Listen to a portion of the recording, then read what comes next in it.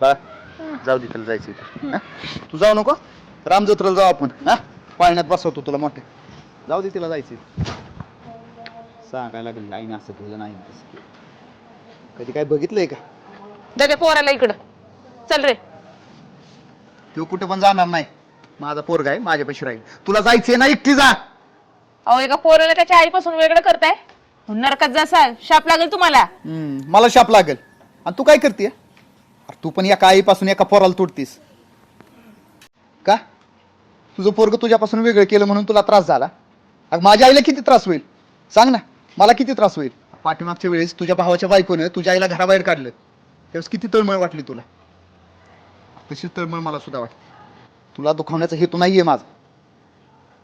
तू पण कोणाच तरी आहे माझ्या आईबद्दल काय माहिती आहे तुला सांग ना काय माहिती आहे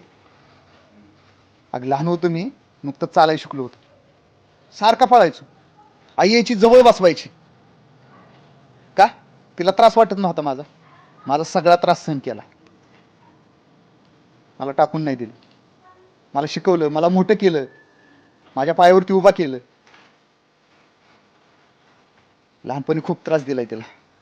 त्यामुळे आता उतार वयात तिला सांभाळणे ही माझी जबाबदारी आहे आणि मला माझी जबाबदारी पार पाडू दे तुला राहायचं असेल राहा